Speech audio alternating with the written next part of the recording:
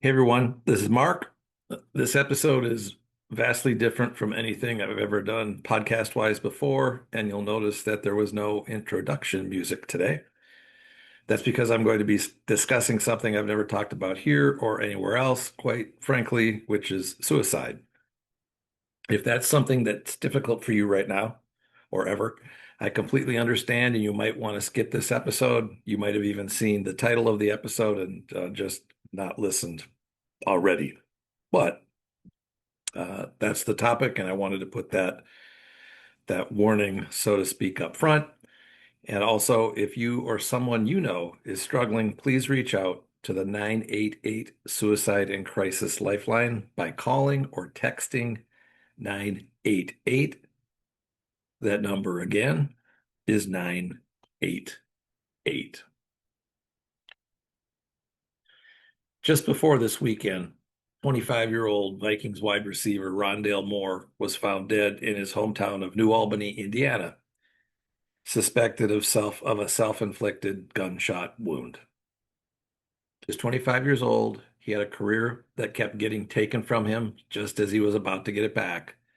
Severe injuries, one of which happened in his only Vikings preseason game, his only Vikings game, when he tore his ACL for the second or third time. Somewhere in there, he decided he was out of options. His former teammate Hollywood Brown tweeted something that hit me when I saw it. Hollywood said, "You wasn't alone, bro. I told you I know how you feel." So I've seen Hollywood in person at an event that he received the key to the city in Hollywood, Florida, not far, literally walk down to where this event happened at the Margarita Bandshell on Hollywood Beach, where the company and where I reside. So Hollywood got his nickname because of Hollywood, Florida. Reading those words from someone that I've watched in the community get an award and saying he has mental health issues hit me and brought out some memories that I hadn't thought about for a while, personal memories that I wasn't expecting to have as it related to a family member and as it related to some career situations where suicide was part of the story. So, for those of you who listen to my podcast, know that I love sports. I'm a struggling Vikings fan, and how many years since 1960, no Super Bowls. But when I heard this story, because of the connection to the Vikings, it hit me. And not just because of who Rondale Moore was. And apparently, you see all the tweets, all the quotes. He was an amazing and happy guy until sports injuries, I think, took away what he loved. But also because of my encounters that I mentioned with suicide from a distance, but still, it impacts you if you're touched by it in any way. So there's been a couple times since I started podcasting that I thought I might record this podcast. I actually talked to a coach I have who helped me build the podcast about that concept. He suggested a TED Talk, and I never took him up on that, but I don't think it's quite worthy of a TED Talk, but I think it is worthy to get my thoughts out here. I think I'll feel a little bit better having recorded, and who knows, maybe maybe it'll touch you in some way based on your history. Maybe it will touch someone who is impacted by the stories I'm going to tell here. So when I was 19, I had my first encounter with suicide. I was at home. I lived at home my freshman year in college, and I got a phone call from my favorite aunt who was screaming and crying and told me that her son had killed himself and shot himself at home. And he was in his 20s. He had some challenges, obviously. He thought it was the end of the road, and he made it the end of the road because he took his own life. Now, I was the only one home at the time. This was before we had cell phones. This is before you could text. This is before you could just grab the phone and talk to anybody anywhere in the world. We had landlines. So my mom and dad were out, and I waited for them to get home. And I can visualize where I told my mom. She opened the garage door, and I met her at the garage door entrance, the door into the house, and told her what had happened. And she was instantly upset. She reached out to her sister, and it was a very emotional event for me, but more in particular for my mom, because I wasn't really close to my cousin. I was closer to my aunt, but it was my mom's favorite sister. And if you've ever had to deliver any news like that, you know what it does to the person hearing it. You know what it does to you having to tell it. You know how it impacted you based on your place in the narrative of that event. And you carry that with you. You know, you are the journey that you have. You are the decisions that you make, and you are the things that you've seen. So it influences you. You have memories of it, and it's horrific. It's horrific for the survivors, whether they're spouses or family members or kids or just someone who has to be involved in it in any way, shape, or form. The second time this happened, I started as an examiner in 1987, and within a couple of years of that, I was doing an examination in the Midwest. I'll just leave it at that. Relatively new examiner. I had been at this institution, I think maybe twice, but I know once for sure for a few days. The state charter, state did not trust this place.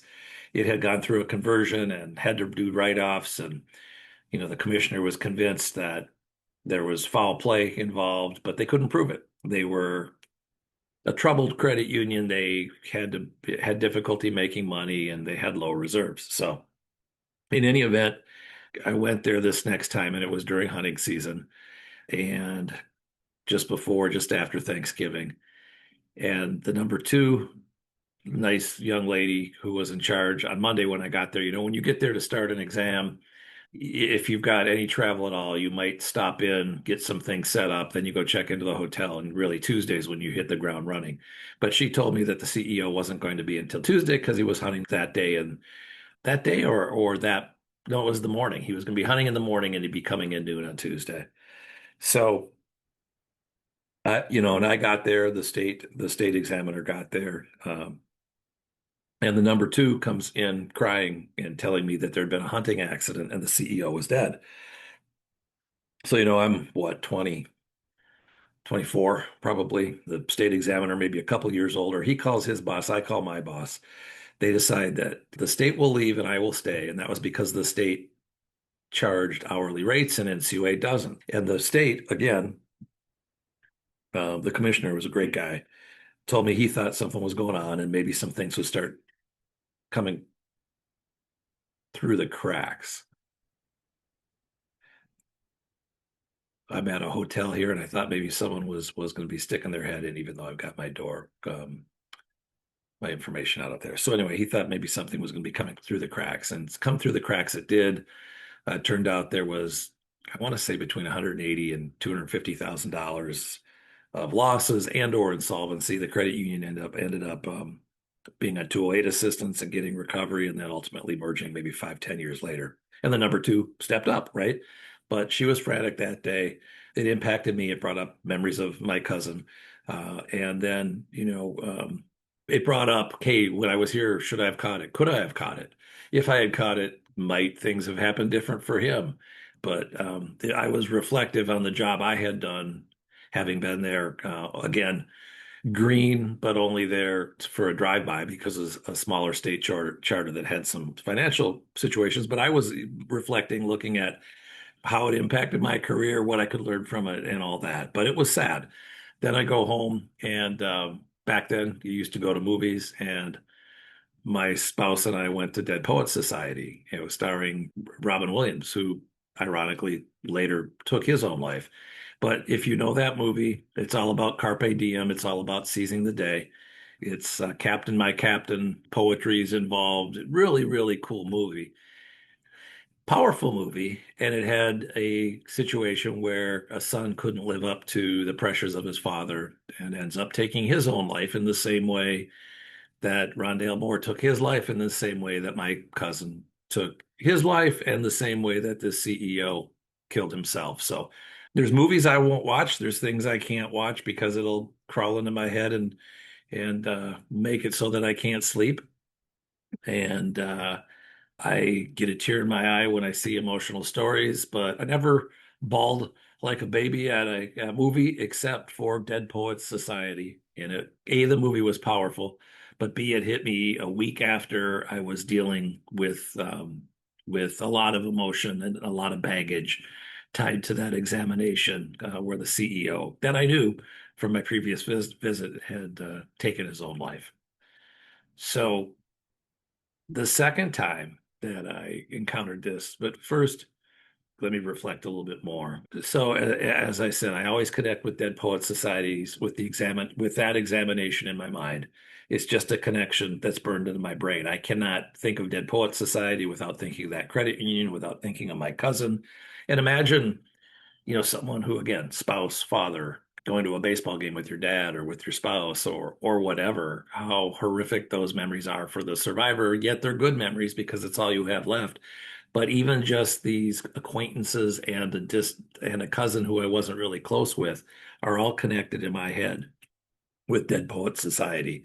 And I can't escape the thought of all those connections there. And when someone decides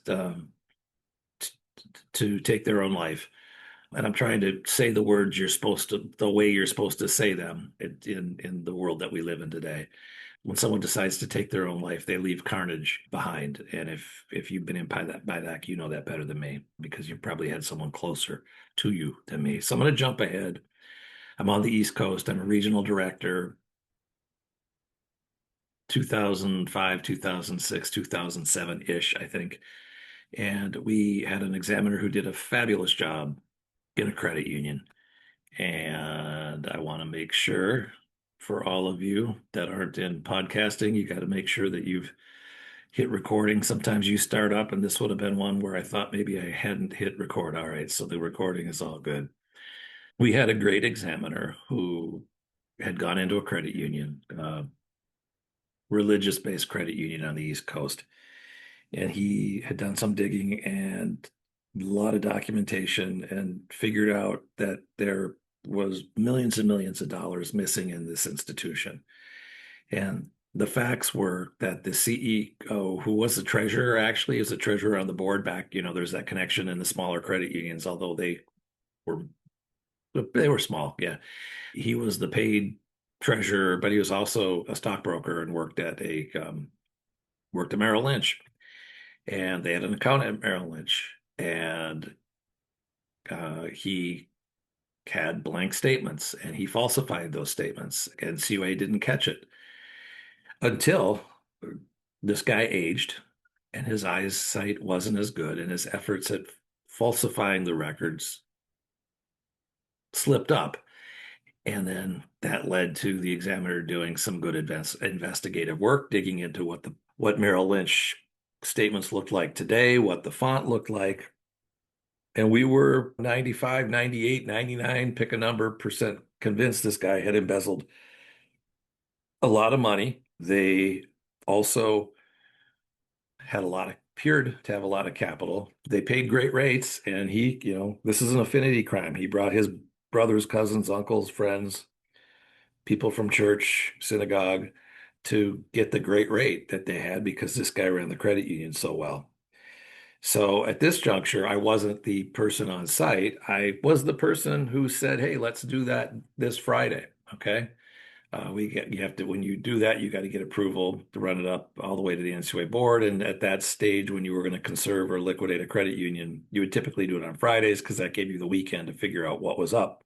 Kind of like when I had that first situation where the CEO took his life, they said, stick around to see what happens. You kind of want to stick around over the weekend to see what happens after you conserve a place.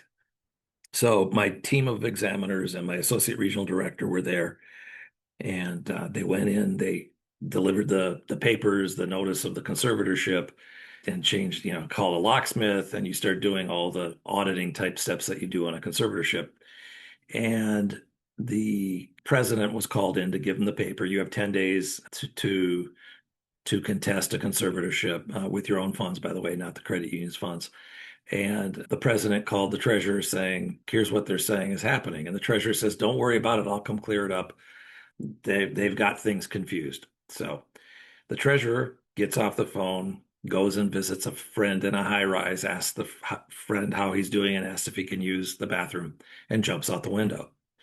The examiners nearby hear the sirens and then eventually the dots are connected that the treasurer jumped out the window, took his own life instead of facing the reality of stealing money from his family, ruining his reputation with his kids, et cetera, and decided that that was the only path that he had. And as I'm telling you this, I'm thinking about other death and destruction uh, that I was aware of or experienced in my NCUA career. And I'll probably do a podcast on this with a couple of the key players in it. But the the bombing of the Tulsa, Oklahoma building where the daycare was and the children died, there was a credit union in that office. And I at the time worked in Dallas, Texas, and I had more examiner time available than the nearby supervisory examiner, Joy Lee, who later I worked with again in the central office. And my team was supporting her team at another exam, and they had to move in and try and help this credit union who had blown up as part of this other horrific accident. But that I'm not sure I'll do that this year. Maybe I'll keep these darker, more emotional podcasts to one a year, but there's a whole story there, not tied to suicide, but tied to tragedy, if you will. Moving on to beyond those examples. When I think about this, I think there's three core messages that if I could leave somebody with, I would want that I feel I'm compelled to say. Number one, it's never, ever, ever as bad as you think it is. I can't say that enough. You know, the legal consequences are real, but they are survivable. In many embezzlement cases, especially when there's voluntary disclosure and cooperation, sentences can be very small. They can be measured in months or years, not decades, not lives, particularly today. People serve time, people pay restitution, and then people rebuild their lives. This is the country of second chances. This is a great country. It's the land of opportunity and it's the land of second opportunities. Things are never as bad as they seem. The scar tissue you leave on your family is horrific. If you take a different path, families can survive and different careers can begin again. What's not survivable is what happened in these two stories.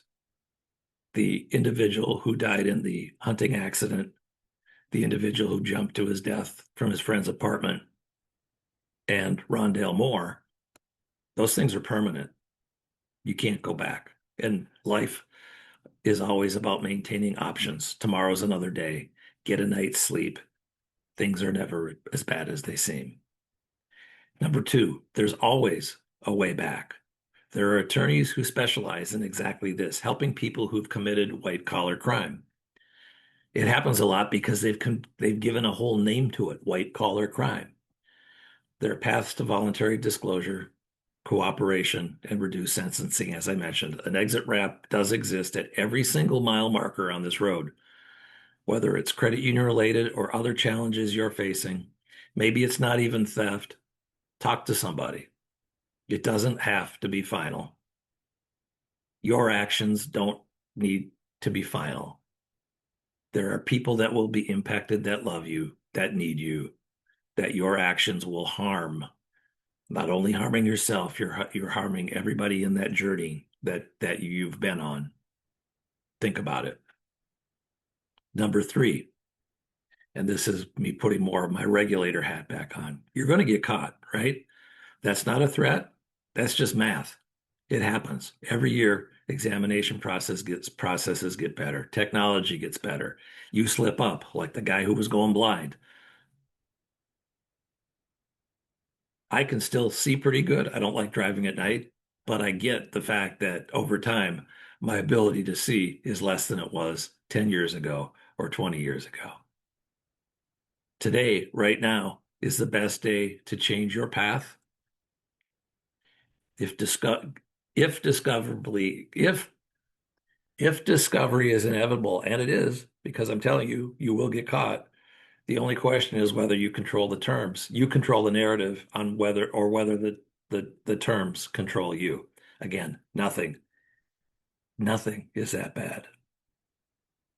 And if you're in the early stages of something, or if you're deep into something and you can't see the way out, there is a way back. And as I'm sitting here, I thought about when I was a new examiner in training and I was going to the classes. We had this really cool guy, really great, charismatic examiner from Boston. I had this Boston accent and told the story about when he shut off a fraud that had been happening, and it ended up with all sorts of tentacles to it, and it ended up with someone also taking their own life. So it happens. It doesn't have to happen. Things are never as bad as they seem. So as you're listening to this, I try and have exam related takeaways, and this really isn't that, right? And by the way, this podcast was I've referenced different podcasts, but I listened to a Vikings podcast called The Purple Insider. A guy named Matthew Collar does that. Ironically, he's from Buffalo, who's never won a Super Bowl, and now he does a podcast about the Vikings who've never won a Super Bowl, even though they've had many journeys to the Super Bowl. But Matthew did a podcast about Rondale Moore, brought a tear to my eyes, and listened to it last night. And I said, you know what? It's time to record this podcast. So, hat tip to the Purple Insider for getting me to tell the story I've never told on this. So, back to credit union leaders. What can you do? You create cultures where people can raise their hands early. Don't just audit the numbers, pay attention to the people. There are warning signs, lifestyle changes, resistance to taking vacations, defensiveness about processes, insistence on handling everything themselves. Have your employee assistant program resources visible and normalized, not just buried in a handbook, not something that you do because HR tells you to do or that your attorneys tell you need to do. Make it real. When you discover fraud, remember there's a human being on the other end of that. Handle it firmly, but with awareness of what's at stake beyond the balance sheet, because it's not all about money. Sometimes it seems like life's about money. I get sucked into that, and I'm sure you do too, especially when you're in the money world. There's insurance, right? The bonding company will pay, and the NCUA will pay, right? Things will be made whole. The only thing that can't be made whole is if someone who you could have treated kinder, who you could have treated as a human, didn't take the steps that these other people took to make things final. So, how do you wrap up something like this? I'm going to go back to the beginning. 25-year-old kid with an NFL contract, living his dream, right? People loved him. A teammate who tweeted, "You weren't alone, bro," but he felt alone. That's what pressure can do. Now, Hollywood Brown from Hollywood watched him see that, get that key to the city up there on the stage, $1 million contracts with several different teams. He's out there on social media telling a dead teammate, "I told you I know how you feel." So that tells you someone tried, but it still wasn't enough in this instance. That's why we all have to try to put your hand out to people in similar needs, each of us. And what's the quote? You never know what someone's going through. I've been on the other end of that phone call. I've had to tell my mother that her sister's family was harmed in an irreparable way. And Robin Williams, right? Funniest man on the planet, in my opinion, or until he decided to take his own life because of the pain that he was suffering. Remember, he stood in the front of the classroom and he said, "Carpe diem, seize the day." Today's that day. Tomorrow's that day. Pick up the phone. If you're having issues, call a counselor, call someone who cares. There are strangers who care. Seize this day.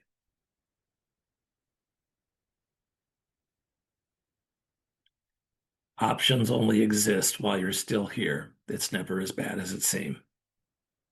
Never as bad as you think. There's always a way back. And if it's because you're stealing money, it's just money. You're going to get caught. Turn yourself in, get counseling, get a good attorney, but don't take drastic action. Lastly, if you're listening to this or you feel alone, you're not. Pick up the phone, call someone, call 988. I didn't even know 988 was the number to call until I started doing a little bit of research this morning. I mean, you hear the warnings, you hear the call here, but it doesn't hit until you actually have a reason to let it hit. And if this hits you, call. Or if it hits someone that you know, or you know somebody it might hit, give them the number. Send them this podcast. Don't make a permanent decision about what truly is a temporary problem. Also, the American Foundation for Suicide Prevention is afsp.org. That's afsp.org. That's it. I'll see you next week. This is Mark signing off.